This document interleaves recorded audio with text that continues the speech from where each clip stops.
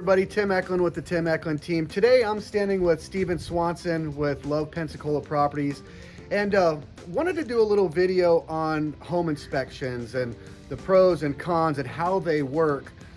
So I asked Steven to come and do our first educational video, so bear with us on this. Steven, tell us a little bit about yourself. Yeah, so I grew up in Pensacola, love this place, obviously, hence the name. And you know, growing up I was involved in construction pretty much my whole life. So I've touched homes from the bottom to the top, renovated homes, lived in East Hill for 10 years. So that's a passion of mine. I also like working with people. I see a ton of benefit to doing an inspection and understanding what's really going on with a house.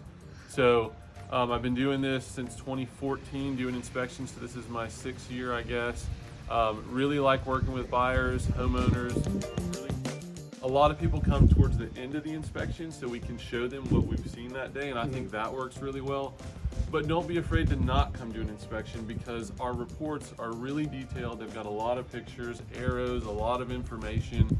And then the great thing is you can always call the next day, or you know, when you get your report, and we can talk as long as you need to, and we can explain what we saw and then what we think good maintenance or good repair would be of those situations. So a big thing when we get to a house is we're going to look at the overall grading. So the #1 killer of homes, anybody know, have an idea, Tim? What causes more damage to a home? Flood? Water? Water causes more damage to a home, and it comes in different ways. Good work.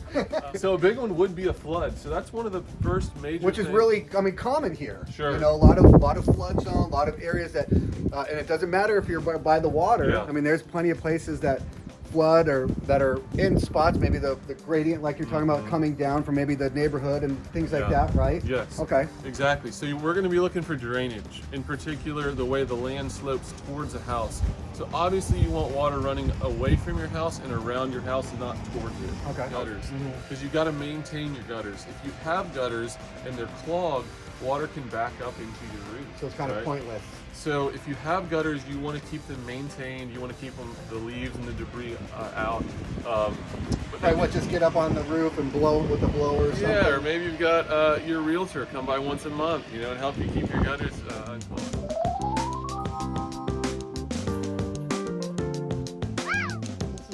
That's an architectural Correct. Shingle, right? Correct. Okay. And there's architectural, there's 3-tab. 3-tab, Yeah. and then you got a metal roof and all Sure. that. So I mean, architectural is better than 3-tab? Absolutely. Right? Okay. Architectural is typically going to give you 5 more years of life. Cool, okay. So if you went to put on a roof today, most people are going to get architectural. Okay. It's got that extra layer of shingle on there. It looks good.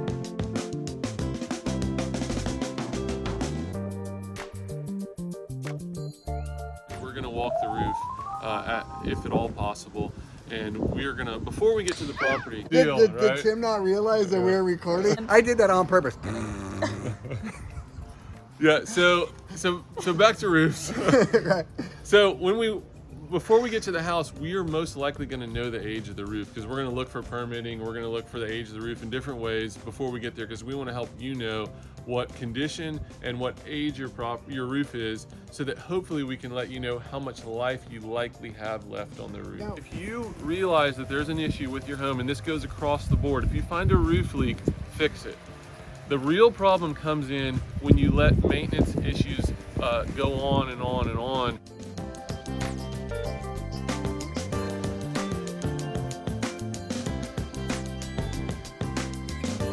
All right, so Steven, so now we're inside, and there's so many things that you're doing inside. We're in the kitchen.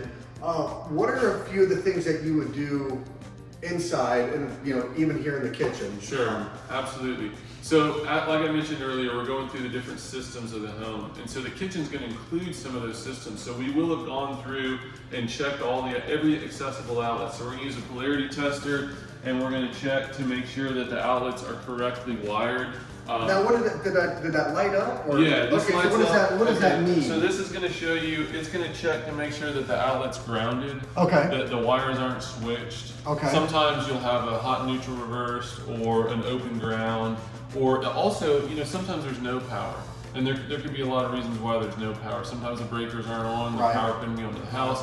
GFCI could be tripped or gone bad somewhere. Educate, like, what is not grounded, or like, is that bad? Especially when you look at so many homes that aren't grounded. Is it what does that mean? So an older house would have not been grounded. You know, so there's a day, I don't know the year, but we started grounding outlets, we brought the grounding system into the electrical system in a home. So if it's not grounded, and back in the day, you've got your hot and your neutral, and the neutral really acts as the ground. But then this third ground is an added ground, and so if you've got a 3-prong outlet there, and you're using that appliance as though it were grounded, then you actually become the ground. So there's a little bit of a safety issue there where an electrician can help you with all that. So in here, you would test appliances. You would probably turn all these on, make sure all the eyes work, and make sure the refrigerator works. And do you care if the ice maker works or if the water dispenser works? No, we don't necessarily test the ice or the water. We're just looking at the general aspect of the fridge. So if we're looking at the fridge, we're going to make sure the seals are good, all the drawers and doors are working, that it's cooling, that the freezer's working. That there's no major visible damage to the fridge. And I've learned this over the years, is we're checking for plumbing leaks. Well, sometimes there'll be a leak that you can't see. And so I know it's a little nasty, a little gross, but we actually touch all the plumbing fixtures underneath every sink.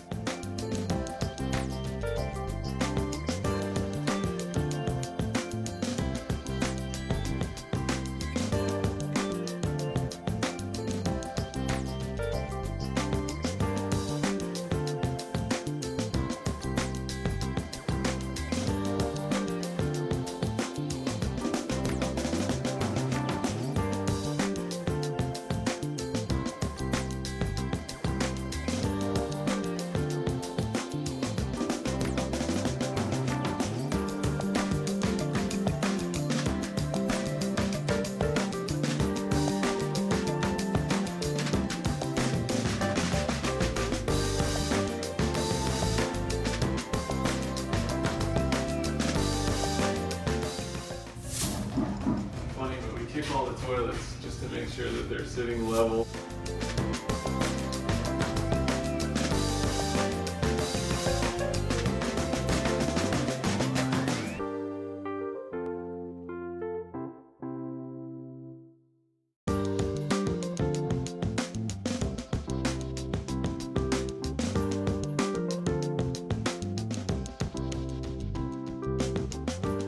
The air conditioner and the heater, identify what types they are and the age and the overall condition. We're also going to run those systems, and we're going to check for airflow and temperatures at all your registers. You're right here, a little bit of water staining. So what happens here?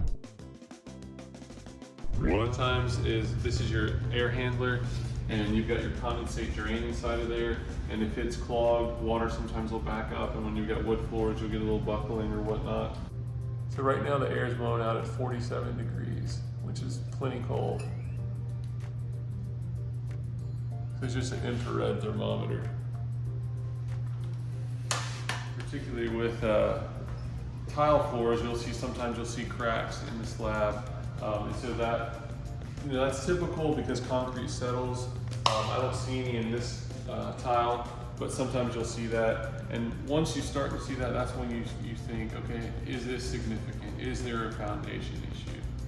So with a fireplace inspection, obviously we would have started on the roof and looked at the chimney, the crown, and the chimney cap, and make sure that it looks like it's going to be venting properly. And then when we get inside, we're going to check to make sure, for some safety issues with the fireplace, and then we're going to identify if it's a wood burning fireplace or a gas for you. If the gas is on and we can turn the fireplace on, we will. We'll check it and make sure it's working right. Wood burning, we're not going to necessarily start a fire that day unless it's cold enough. Right.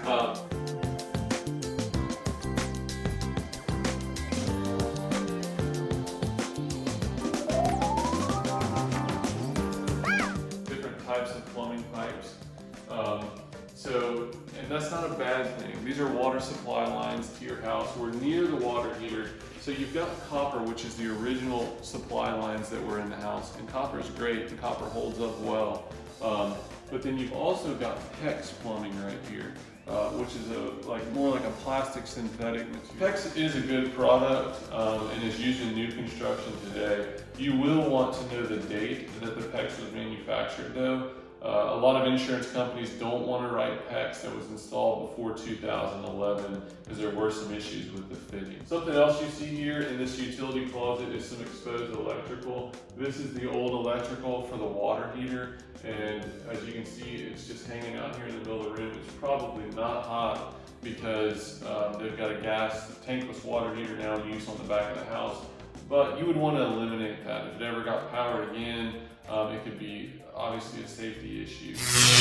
So what's the value? So I think about that sometimes because you think, they're not free, and so you got to pay for it. And I actually, just to give you an example, I did an inspection recently for a friend, actually a realtor, whose family's looking at a house, and it was an older home, a big house downtown, and the electrical was updated and had the appearance that it was in good condition, but as we dug more into the house through the crawl space in the attic and whatnot, we found that the electrical really needed significant repairs to the tune of really replacing all the electrical. Wow. Whenever you go to buy a house, as anyone, and I would be this way too, it's a fun, emotional experience, and you're excited about buying the house.